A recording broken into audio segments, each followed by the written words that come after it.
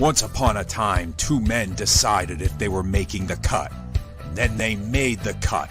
And now JT and Aaron are talking everything from wrestling to pop culture and beyond, because it's no holds barred. Will you back down, turn and run, or stand up with the best? When you're back to the wall, what will your answer be? Will you run for the door? Will you run out on me like it's hard? It's No holds barred.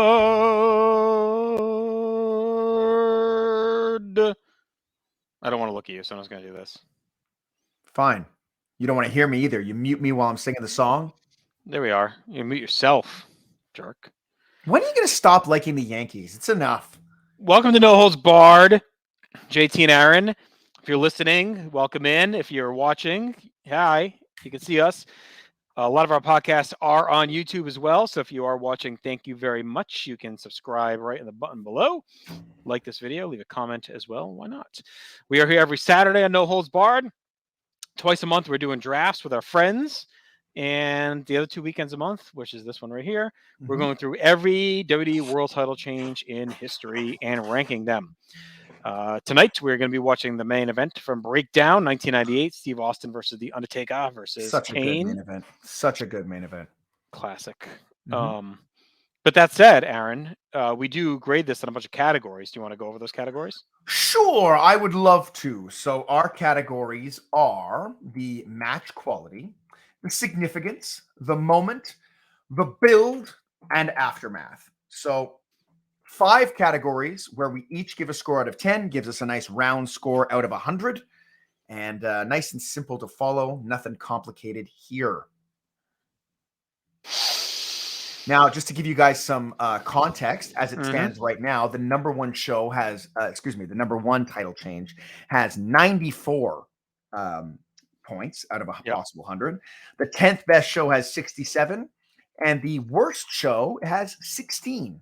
Okay, so quite the spread, for sure. But I think it'll be interesting. This was, the ones that do well for us have a lot of the ancillary things about it, right? Like just being a great match doesn't necessarily carry a ton of weight for us. It's moment, it's importance, it's aftermath, as to what, all that stuff is like really what drives these. So we're seeing that really come into play here in 97, 98, when everything meant so much more and the writing was more sharp and the crowd was hotter. And the storytelling was just stronger. Right. I mean, we had like 3 straight that finished near the top. Like SummerSlam 97, Survivor Series 97, and WrestleMania 14 all, crushed it. So it's like those are all ones during the hottest period. It's not a surprise. And it's very possible it's our bias also. Very possible, right? Maybe. But, like some of the things that are voted high are not my personal favorites, right? Yeah. Like you can think Hogan Warrior would be up there. Right. And it's not. No, I think we've been pretty balanced on these. Yeah. All right. So I am watching on Peacock. I am queued up at 2:12:07 if anyone wants to watch along with us. And I'm going to count us in 3, 2, 1, go. All right. So Kane's about to enter. And we've talked about Kane a lot so far, right? Because we had 2 matches with him in Austin. But it's crazy how quickly established he is as just a top guy by this point. I mean, he had just debuted a little under a year, just shy of a year earlier. He didn't really start wrestling until WrestleMania. I mean, he had the match with Mankind at Survivor Series, but beyond that, I don't know if he has any other matches. Oh, he fights Vader at No Way Out, right? Right. Now, I will say, at the time, I remember still thinking he was lesser than. Yeah. But it's just, I think it's really just because who he's in the ring with. Right. And but they see him at this level. I mean, if you look at his trajectory from Mania, which is really ostensibly where his career starts. Because after Mania, he's a character that wrestles way more often. So in Mania, he's in the semi-main with Undertaker. In April, he has the Inferno match with Undertaker again, semi-main. May, he destroys Vader. Vader goes to the point he calls himself a fat piece of shit because he gets beat so bad. June, he's winning the world title. July, he's in the main event with Mankind. In August, he wins the tag titles on his own and kicks the shit out of his own partner, and then also comes out during the main event. And now beats he's in the like the most over tag team of all time almost, on his own, right? I mean, it is like an insane push to this point, and they really went in hard on it. I mean, to this point where he's, in there with the two biggest stars in the company at this point. I guess it's funny because you always hear the rumors of him being brought in as like a short-term thing, right? It was supposed to be May. I mean, if you believe what they've said, is that the original plan was just to kind of come into Mania, Taker beats him, and he's gone, almost like a fake Undertaker type deal. Yeah, but instead he's there 30 years. too long. But during this initial stretch, he's great. I mean, in the ring, it's kind of whatever, but as a character and the presence and all that, like, he was super over. I mean, everyone was pretty much during this time, but I mean, he was made for this era of the hard, heavy rock entrance, the pyro, Yeah, the vibe. We get a robeless Undertaker coming out, and this by far is my favorite Undertaker music. It's the Ministry of Darkness one with the beat. I think it might be my favorite entrance song of all time. Like, I might have already heard our takes on that on a previous draft episode. That's true. Been listening in order, you would have heard that probably. But so did Undertaker just not wear the robe so that Austin could come out and start attacking him? Probably, but he's just down to business, Yeah, I love Austin's urgency. Like, he knows that, like, he knows stacked big time. Yeah, that he has to do this. Yeah, I mean, Taker and Kane are known cahooting at this point, working for Vince basically. So this is, for all intents and purposes, a handicap match coming in.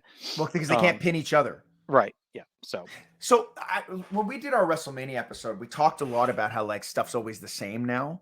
This is such a beautiful example of what small changes, right? That like make all the difference. Like, Austin doesn't come out and stand on the corners because the situation is different.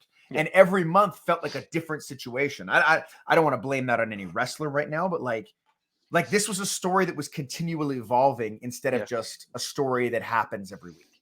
Right. And even the little stuff like that stip you mentioned, like, that's such a little attention to detail that Taker and Kane can't pin each other. Yeah. They can only pin Austin, right? So it really is going to be just like a bloodbath on Austin. And that's Vince's whole goal. Like, he really doesn't give a shit about Undertaker or Kane. He's using them as instruments of destruction.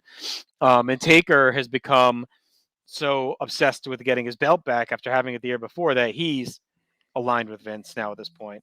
Yeah. As Austin has become the top dog. I mean, there's really, I guess, like, is this one of the rare times they don't really have like a 1B face right now for this month or so? I think we kind of get there, but this month it's kind of Rock, right? Because he's turning around this time. Yeah, but he's not really like. I mean, like, DX, I guess, as an entity is probably the second, because Mankind's not really there yet fully. Shamrock, they're trying. That's what I'm saying. There's like no real strong 1B right now, because Taker was that 1B for most of the year under Austin, but now that he's turned.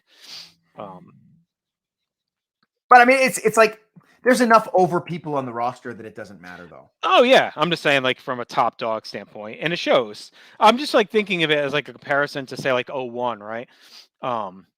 Where you have the same guys, right? It's Austin, Triple H, Taker, and Kane, and kind of the anger at that time that did lead to some dip in the ratings, etc., where folks wanted Benoit and Jericho and others to be elevated, and we had multiple months of Kane and Undertaker right back in the title picture. Right.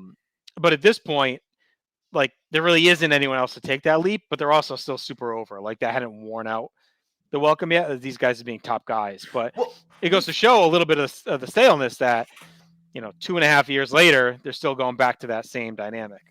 We forget how much of a transition period this is too, right? Like, based on what it's coming out of, we've but in this like 6-month stretch that we're just kind of talking about, we lose Michaels, right?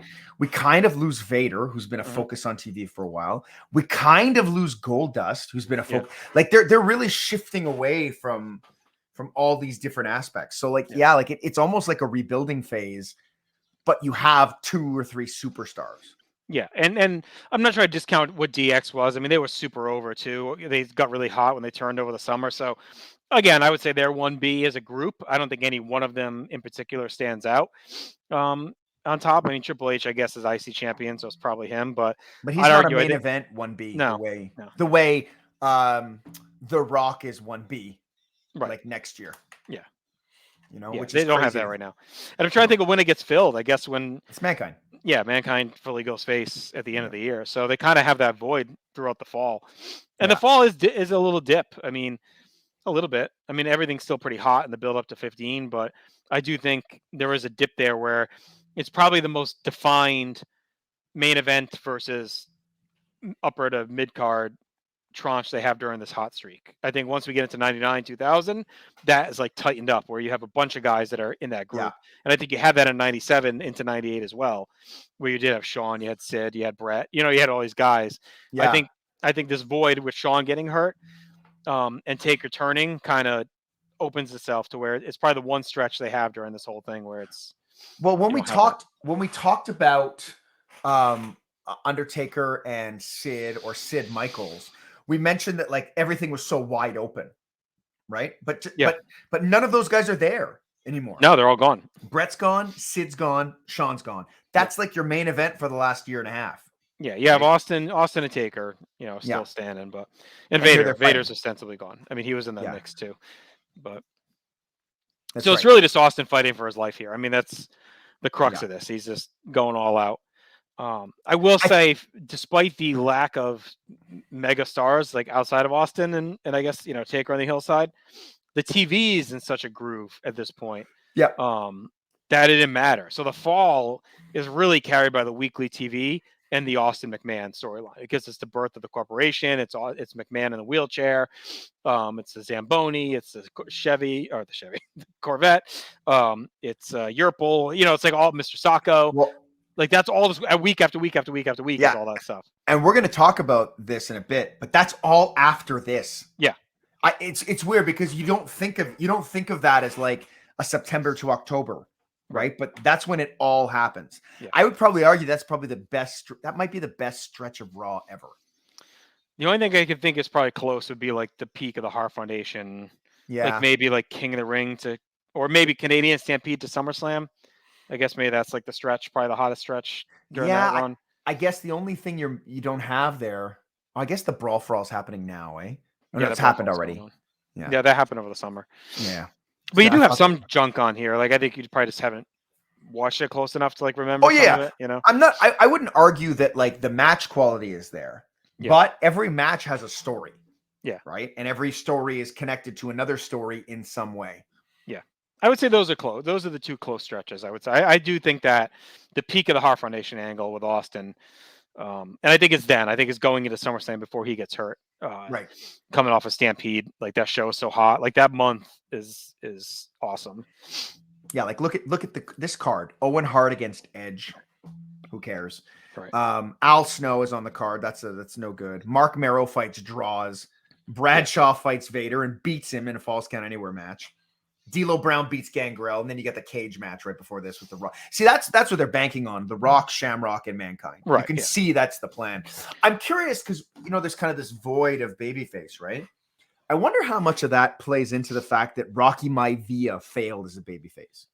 Yeah, I mean, I don't know if they would have seen him at this level that quickly, though. Maybe I don't though. know. I guess it would have been 2 years in. So yeah. Well, and they're like, especially with the void, right? With Right. Brett leaving and Sean leaving, there's a massive vacuum, right? Yeah. This Well, is the just, Taker turn really exposed it. But what Yeah. more could you do with him as a face? Like he had his big title run in '97, Mhm. and he fought Austin already. He's been alongside Austin all summer, so like it was kind of a natural decision to turn him. It's just they were slow burning the Mankind stuff. So like it wasn't like usually when they flip a guy, they flip another one with him. And I guess Yeah. Rock kind of shoots that gap a little bit Yeah. until Mankind's ready. But like to your point, because it's not really this show as much as Judgment Day in October when Judgment Rock Day. is like super over at that Yeah. show. Well, he's super over in And this he cage loses to match. Mark Henry. Yeah, I know. And then Mark Henry's not in the tournament for some reason. Yeah, I don't know. It doesn't make any The whole thing's sense. weird. Yeah, no, the cage match is great too. And Shamrock is always way over as well, but I think they wanted him to be the destroyer in the corporation, so they turned him heel. Again, But I mean, you could make the argument though too that when your babyface is as hot as Steve Austin, yeah, you don't really need you a- don't need it. Like, I mean, Hogan didn't need a top second babyface. Yeah, but he had Savage for most, Well, 87, starting in 87, Yeah. right? and it made the product better, but you didn't need it. I mean, 85 was huge, and who's the second babyface? It's Andre or JYD, right? Yeah, I mean Andre's a pretty big deal, but yeah, Sure, but he's not the same as like Undertaker here. You know what I Right. mean? Who's involved in the title picture. The only way you keep Undertaker face here is if you pair him off with another monster or something. yeah, and I mean he's already done Mankind, that's been beaten to death, and you're not gonna do. You've already done Kane now multiple times. Vader's pretty much washed, so like, yeah, who's out there for him to deal with? Yeah, like you'd almost have to get him involved with a group. Like for them to even DX. stand I together. guess. The GX But we or already the did that Nation. kind of too. We already did And we did the DX. Nation. Yeah, and we did the Nation too. Yeah.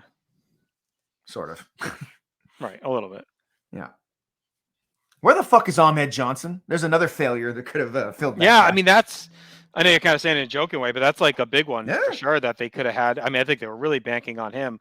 Chad and I have been covering that Wrestling Warzone every other Monday here. We're going through Monday Night Wars, like off a cliff for him. I mean, he was looking awesome at King of the Ring and all that, and then in the Battle Royal. He said, he's set to have that match with Sean. You could tell they had big ideas for him, and that definitely hurt. Well, then he gets hurt, and it's almost like he comes back lazy. Yeah. Or it's either he's lazy. He's just banged up. I think he's just banged up, and he gets hesitant.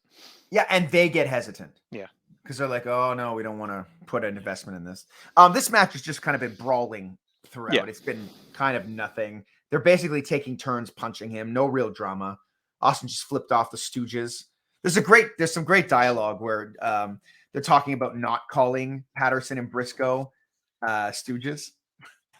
And as much as like King is king or whatever, I mean, this is his best stretch because it's really like he's dialed in. Him and Ross have a good rapport, but he's also like pre-puppies. That comes more like 99. Well, so he started here. Yeah, I know, but it's not as like over the top. I feel like until right into early 99 is when it really like becomes a fucking thing. The crowd, like everything's puppies and all that. But I feel like 98, he's like out of the jokey yuck with Vince on Raw phase too. Yeah. So I just think he's really like him and Ross in 98 are really in a groove. And I'm not even like a super fan of either guy, but I think this is like their best work. Austin but I'll take like Ross and Heyman in 01 over this. Oh yeah. Has Austin ever hit the pile driver on the floor that he keeps trying and everything? Is that like his Ric Flair going to the top rope move? Yep. Where, like, you never know though. That could be the one. You never know when the one would happen. I remember in like 2006 he hits it and the place goes insane. Do you think as much as I like the storyline of Undertaker and Kane not being able to pin each other, do you feel it hurts the match because it just forces everybody to keep pairing off? Yeah.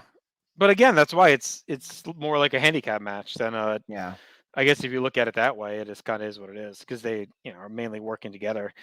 I don't know why they dipped Slaughter out of the Stooges event. Like, I kind of like the three Stooges, that fits. And Slaughter's like brings a little more recent activity to the table. Yeah. So if they needed a guy who could do a little bit more. I love that Austin just ran over and beat the shit out of Gerald Briscoe for no reason. Slaughter's kind of laughing. Yeah. Patterson's just standing there doing nothing. They're not helping him at all. Do you think they saw Slaughter as like too legit? Like whereas Patterson and Briscoe hadn't really been on recently and could be portrayed more as old goofs, whereas like Slaughter was kind of more recently like kind of a badass. I mean, he had just done the commissioner stuff and fought Triple H and all that. And I'm curious if Slaughter didn't want to show ass the way that like Patterson and Briscoe did. Yeah. Like I could see him being like, well, no, wait a minute. I'm like, well, I mean, I don't know about that though. DX kind of made him look like a fool that whole feud. I mean, he didn't really have any moments in that feud. No, but it was different. Like it wasn't the same kind of humiliation, Yeah, like, it was like, like Patterson and Briscoe are fighting in dresses within a year and a half. Right? Yeah. Right. I mean, Slaughter as the guy in the group made sense because he is commissioner, like so he's got like an authoritative role. So, like, I do think that at least made sense in there. Oh, 100%. I do like too that like even though Austin's like his size, he's much smaller than Undertaker and Kane, but the way he works and wrestles puts him on par with them. Yeah, which is really he doesn't feel like he's like an underdog. No, he's could probably beat either of them alone, right? Which he's shown in the past. I like these windbreakers on the security guys in this building. You see them over there? Yeah. You don't often see windbreakers on security. No. No, it's usually a suit jacket. And again, this is during that random. We kind of talked about this previously, but this random little run of Canadian shows they had. Mhm. Again, I don't know if they had booked them out because the Brett stuff was so hot in '97 that they got these on the calendar. But they have this weird stretch where they're in Hamilton here, and then Vancouver in Cops December. Coliseum. Yeah. Yeah, no, are they? Yeah, that's right. They are. They go to Vancouver twice before they go to Montreal twice. Because they're there for international incident, right? You think it's just easier for them to like go to Seattle after or whatever? Maybe. I mean, Seattle is like if you drive from Vancouver to Seattle, it's about 2.5 hours. Yeah. So yeah, that's not too bad. Like there's no like major city near Montreal. There's American stuff, but not like they're not going to go run Montpelier or whatever. No, like so Plattsburgh, New York. Yeah. The Finger Lakes. Oh, they could run Albany. Albany's like 3.5 kind of thing. Yeah. So Buffalo. Well, I mean, what they always used to do is do like Montreal, Ottawa, Toronto, or the opposite. Right. But yeah, you could tell they probably had maybe set a lot of this up. When Bret Hart was still in the company. Brett was still there. I would assume they booked out that far.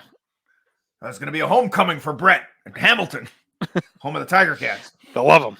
No. Mark Poirier. It is a kind of a slow match. I mean, yeah. This whole card is weird. Like you ran it down. It almost felt like a heat check card. Like we're so red hot, we could put anything out and everyone's going to love it. Like that's what it felt like to me when you look at that card. Like it's so many random matches with no real build to it. That it feels a little bit like they were like, all right, So I'm watching through WCW right now and I'm almost finished 1995. And it feels like a 1995 WCW card. Right. In Just that, random. Well, look, the main event is until Savage starts wrestling, there's 2 main events and then everything else is just like Alex Wright against somebody. Right. And, Kensuke Sasaki defends his U.S. title. It's not even announced against who. But at least that was more like an old school formula where they did have, there's WrestleManias with random matches, right? Sure. But this felt like weird pairings that don't even make sense. Like you think of that, it's usually a face and a heel. It's an up and coming face, established heel, a new heel, squashing an old face. Like, this is like, what was it, like Draws versus Edge, like, or whatever the hell it was. Like, it's all very Edge versus Owen. Like, none of it really made sense. It's a bunch of heels versus heels. And I just think, we kind of talked about it. It's like the roster itself just feels very heel slanted during this time period. Like, it feels even like the mid card is very heel. And I think it's a product of them doing the shades of gray, meaning everyone's just an asshole. like, I think that's how it's kind of presented. Is like these guys, like, there's no real. Foley kind of becomes, because even Austin's a douche, like everyone loves him, but like Foley kind of becomes the first lovable face character in years, I think, probably since like Bret, yeah, it's Bret. I mean, he's or the maybe first Sean. Yeah, but even that's now 2 years removed by the time Foley gets that. So like we're at least 2 years removed from like a baby face that everyone can love and get behind. Other than that, like everyone's kind of a dick. You might like them. DX are assholes, right? Like Taker was kind of a douche when he was on top in 97. I guess maybe he's close to being a pure face in 97, but but he's still got that dark edge. Right. I think too, why this stands out too is because back in the old days when they throw random matches on WrestleMania, they focused very hard on the competition element of it all. Yeah. Like you had to win matches to move up. Now that's not really a thing anymore here, good or bad. Well, and there was a point to those matches to establish new characters. Yeah. Barbarian squashes Tito to kick off his singles run, right? Like there was always like a rhyme or reason. To your point, Twin Towers beat the Rockers to elevate up the card. So it's like here, it's like, all right, what's Owen versus Edge accomplishing? Like they're both kind of same level. No one's elevating off of that. Like read that card again for it. Do you have it still? Yeah, I got it up here. What it feels like to me as we keep talking about it is it feels like a UK pay-per-view card. Right. Yeah, this kind of throw it out there. Owen versus Edge. Heel. Yeah. Al Snow and Scorpio against Too Much. All right. So faces versus heels, but Snow and Scorpio. Snow was pretty hot when he came in. That was like a month before this, and they're already kind of low mid card in the Job Squad. Yeah. Miro versus Draws. So that's a heel face. Yeah. Well, no, Draws. He's kind of a heel here. Had he already done like the pusher stuff and all that? I don't remember. Or was that 99? Maybe that's 99. Yeah, I think. Is that when D'Lo pushed? No. Bradshaw Vader, falls count anywhere. I think Bradshaw's a face here. I think Vader may be a face. I don't know. Maybe. I don't know. No, D'Lo Bradshaw's versus- a heel because he turned on when Funk said he was retiring. Remember? Oh, yeah. D'Lo versus Gangrel. So a man against a vampire. Heel though. I don't think Yeah. D'Lo. I mean, he's still in the nation. Yeah. The Rock against Ken Shamrock and Mankind. That's like all faces. Right. So it's just the card structure is just weird on this one. Wait, is Shamrock the Intercontinental Champion yet? No, the tournament's in October because Okay. Triple H, I think he still had the belt, but he hadn't vacated it yet. He's hurt. Right. Val Venus. Well, like, where's DX on this card? Well, it's coming. Oh, okay. Val Venus against Dustin Reynolds. I mean, Val's Yes. like a face, but he's kind of an asshole. Well, and that's when Dustin was doing the religious stuff. Yeah, the preacher. Yeah. And then DX, so Gunn, Road Dogg, and X-Pac against Jeff Jarrett and Southern Justice. Yeah. So It's just again, nothing. Just getting guys on the card. yeah. So like, where are the real faces? I mean, it's Shamrock. I think. It's like, Shamrock, DX a face. yeah. But they're assholes. My point is, Yeah. like, we don't have like that sympathetic, lovable face. Like DX is like douches. They're over, Yeah. right? But again, it's more of that gray stuff. And Austin becomes sympathetic, not out of anything he does, but because the He's getting odds are teamed just up so on. stacked against him that. Yeah. I do like how this is now degenerated to like both Undertaker and Kane trying to pin Austin. Right. And No, it does end Trying up to get aggravated. Yeah. yeah, it does end up playing into the finish that's coming up soon. Yeah, and you know Vince is angsty here because he doesn't care. He just wants one of them to win. He doesn't care who. So now that they're fighting each other, it lessens that chance of them taking the belt. Yeah. And it's weird that they're punching and kicking each other because like they can't pin each other. Right. There you go, Stooges watching on. So Vince isn't in the wheelchair, right, yet? No. No, that happens the next night. Right, yeah. Because the next night they bring out the title, the old title in that case, and he's about to present it to Undertaker and Kane, and that's when Austin attacks with the Zamboni. Right, and then And that- Taker breaks his leg. Yeah, because he gives him the finger and he turns around. And that might be my favorite all-time Raw segment. It's The up there. whole like, you didn't live up to your end, so I'm not gonna live up to mine. And then they turn and he gets caught and they fucking just smash his ankle with those stairs. Yeah, I mean, that was a brilliant move to put Vince in the fucking wheelchair and Oh. Then Make 'em run things Then you from get there. the doctor. Then you get the Corvette. Like it's all like. Boop, boop, boop, boop, boop. Yeah. Nice Iron Mike Sharp sign in the audience. Canada's hero. It says Canada's greatest athlete. So This is a long match too. What's it, like 20-something minutes? yeah, it's too long. Yeah. It runs 22 minutes. They almost feel like too much faith in these guys as athletes. I'd say that's one problem at this point Yeah. with Taker because I mean SummerSlam's great. You know, I like the fully loaded match in July, but too. Foley's in there to help carry it. But Taker's clearly hurting. Like he's definitely physically breaking down a little bit. Hasn't he had a And- broken ankle since the Hell in a Cell? Yeah, so he's like you can tell he's like slower during this stretch. Yeah. And Kane's just, you know, he's a He's great Kane. character, but he's not He's there Kane. yet.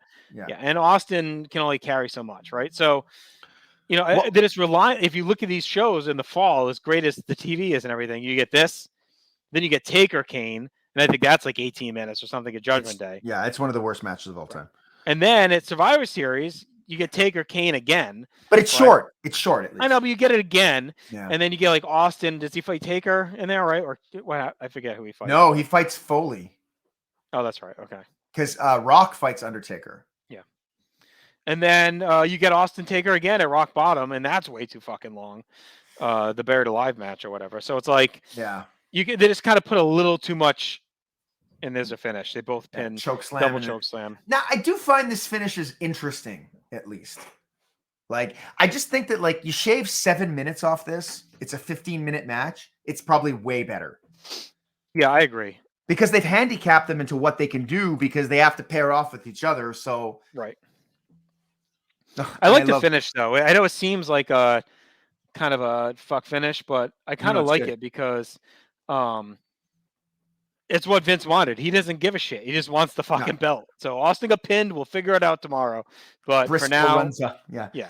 Briscoe runs up and grabs the belt. Now Vince is holding it over his head like he's won it. Yeah, and we'll Taker and Kane are pissed. Yeah. But I think this is the closest to they came to like the world title being a prop, but it being in a good way a prop. Like it hot potatoes Yeah. a bit. They're using it, but like who cares? Like It's the we don't. centerpiece of the promotion, though. Yeah, Like, Austin doesn't need to be a dominant champion during the storyline. no, in fact, he works better as the guy chasing. Right. He just always has, and I think they caught on to that eventually. I love how Vince is running out of the building because Austin is on the freaking warpath. Just destroying everyone. He's killing Slaughter. Well, Patterson's throwing some good punches, though. Yeah, they're both trying. Yeah. But this is like a good catharsis ending, like him destroying the Stooges. Yeah. To give you the at least somewhat, Hogan must pose moment. Yeah, and even JR like being so sided behind Austin, it all makes Mhm. sense because of the level of injustice that's happening. Right. Yeah, Austin, Vince is long gone. I mean, the pay-per-views are just as episodic, like as the Yeah. Raws during this, but it worked. Like it was a beautiful dip into wanting to watch Raw coming off these pay-per-views all the time. Yeah, and I think that's why I wish they leaned just a bit more into making a match like this shorter. Yeah. Oh, this is great with Vince at the end. You don't have it anymore! The middle finger. Yeah. Why does he bend it? What's with his other fingers during a middle I think his finger? fingers are all just fucked up. It's a claw. He doesn't have hands. He has claws. All right, let's get to our scores here. Sure. All right, so we start with Match quality. Match quality. Yeah, I mean, probably at the end of the day, a 2.5, 2 3/4 type deal. So I'll go 5. I'm at a 5. It's nothing more, nothing less. Significance. I don't know. Like, it's tough to say because I feel like they could have gotten to the route they go in a few ways, and that takes away from this moment a little bit. Like, Austin could have cheated and Vince strips him. Kane could have won and Vince and Taker could have been mad anyway. I think it's a smart move, but I don't think it's like a significant title change at the end of the day. Like, I think the story could have still been just as good if you could still get to the tournament without this double pin finish. Like, you didn't need it. But I like the double pin because the double pin makes sense in the context of what was happening, right? Like, I mean, Austin shouldn't win the match against both of them. He just shouldn't, right? Like, especially not against them, right? Like, I could see him beating The Rock and Farouk, right? Well, even though Farouk's not there now, but you get what I mean. Yeah. But Undertaker and Kane, he should lose to, and he does. Right. Yeah. So, but I just don't think it's important, this title change. Like, I think there's a lot of importance in the story. I just don't think this one is that important. I think the story could be exactly the same without this match, is what I'm trying to say. Right, but this match, I mean, you're Vince right. could have found a way to strip him and make the title vacant and within the story for him. But I think this is actually better than just stripping him. Yeah, so I'm going to give it a 4. I just don't think it's like super important, but it's like fine. Yeah, I'm going to go 5. I just think it's kind of like a status quo one. Mm-hmm. Like, it keeps the great story going. And like, I don't think it was the worst choice, so that's why I'm there. All right. The moment itself, so it's kind of a like what's going on moment, and some of those times those confusing ones hurt the initial crowd reaction. We've seen that a few times. Yeah. On stuff so far, like Slaughter Warrior is one that jumps to mind where it's a little confusing as to what's going on. To me, the moment is more Vince with the finger and Austin beating up the Stooges, which is great. So I guess it balances. I'll go 5 there. Yeah, that's where I'm at too. It feels like, again, it's like, I gave Undertaker and Sid a 5. I gave the second Shawn Michaels and Sid a 5. Like, it just feels like something good that happened on the show. Yeah. Yeah. Okay. The build. So if we're going from our last title change, which would be the night after King of the Ring, you get Fully Loaded. You get the Highway to Hell. You get Vince Taker turning and joining Kane and Vince setting up this match here. So it's pretty intense. I'm going to go 8. You're going to go 8? I'm going to bump up to an 8 too. I hadn't really factored in the Highway to Hell, but yeah, it's right. I mean, all of that leads to this, like Taker getting frustrated and ending up siding with Kane at SummerSlam. Are they in cahoots? Yes. Cahootings. Yeah. Aftermath. Look, for me, Aftermath is a 10. Yeah. Because it leads to 4 all-time Raw segments. Like, and not just segments that were good. Because as a All-time segments. Yeah. as a direct result of this, you get the Zamboni thing we talked about the next night where they break his leg. You get the hospital from the leg breaking with Yurple and Austin in the bedpan and everything like that. You get the cement in the fucking the Corvette, and you get what I think is one of the Vince in the wheelchair. Yeah, the barking dogs and the heel promo. Boss Man. Yeah, and you're also gonna you get Boss Man, and you're going to the tournament from here. I Yeah, know you get deadly games out of this. No, you do, because we're not covering Judgment Day because the title doesn't change. That's it. So this really this marches you into the Judgment Day. I mean the Deadly Games tournament.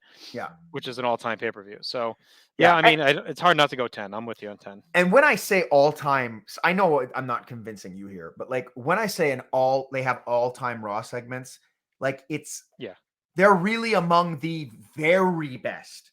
It's not like you could say like it's a good example. You could say Roman Reigns against Brock Lesnar with the Seth Rollins cash-in is one of the I don't think you can say that's one of the greatest title matches of all time. You know what I mean? Right. Like it's one of the greatest WrestleMania main events of all time. I think it's just below the pantheon of greatest title matches of all time. And that category is small. That's how I feel all these segments. They're all in that small category. Yeah. Yeah, I don't think anyone would debate that. I mean, any Raw best of list and all that shit always has a bunch of those on there. And then again, marching right into Deadly Games. It also leads to Shamrock's heel turn. And it leads to Mankind as well, like being Vince's stooge as well. You know, like that all comes from this too, with the daddy and all that stuff, or dad. So fucking weird. So, all right, so that gives us a total score of 65, which I would say outperformed what I expected it to be. I thought this was going to be one of those throwaway ones, kind of toward maybe the middle to bottom. Maybe kind of like a Taker sit at 13, you know, like kind of like in that range. Right. But no, as is, it's 11th on our list. Yeah. Just 2 behind the Ultimate Challenge. Yeah. 2 points, not 2 slots. Yeah. And like, you know, 1 slot ahead of Brett winning at WrestleMania 10. Yeah. Which, I mean, you wouldn't think, right? But yeah, no, I think that Aftermath is just so strong. And you know, it's just a testament to how incredible the writing was during this period.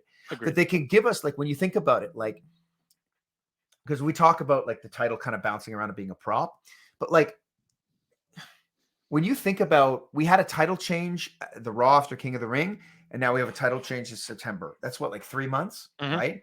But in that 3 months, it still felt like there was something incredibly important happening every single week. You could argue Fully Loaded is the most throwaway main event of all time that felt like the biggest deal. Because I mean, it's really just trying to buy time to SummerSlam, but it feels like a massively important. Taker and Austin teaming, Kane and Mankind teaming, like it feels like, whoa, like this is a big deal. And they do those Hell in a Cells on Raw and all that shit. Yeah. I mean, I've said it a million times. Like, I'm really antsy to get to like 98 Raw. I just haven't watched it all again in a long time, so I'm excited. So I'm hoping Chad and I, you know, 97, I'm excited too. I think we're hitting a really fun stretch now, finally on Wrestling Warzone. So, all right, do you want to quickly read the top 10? Sure. Yeah. So Austin Undertaker finishes 11th. In 10th with 67 points is Hulk Hogan versus the Ultimate Warrior. Tied with that is Randy Savage versus Ted DiBiase from WrestleMania 4. And we tie break his importance. That's right. Number 8, Hogan, Randy Savage, WrestleMania 5, 69 points. And 7th is Randy Savage, Ric Flair from WrestleMania 8 with 72. 75 points. Hulk Hogan versus Andre the Giant from the main event in 1988. Yep. There we go. I'm going to pull it up on the screen. Number 4, Hulk Hogan versus the Iron Sheik from January 23rd, 84, Madison Square Garden. That's at 76 points. With 78 points, the Royal Rumble match in which Ric Flair lasts an hour and wins the WWF Championship. Yep. Number 3. So actually, this graphic I can pull back down. It's a lot of date.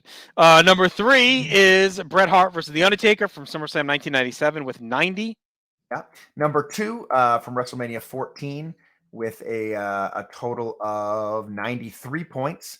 Shawn Michaels losing the title to Stone Cold Steve Austin.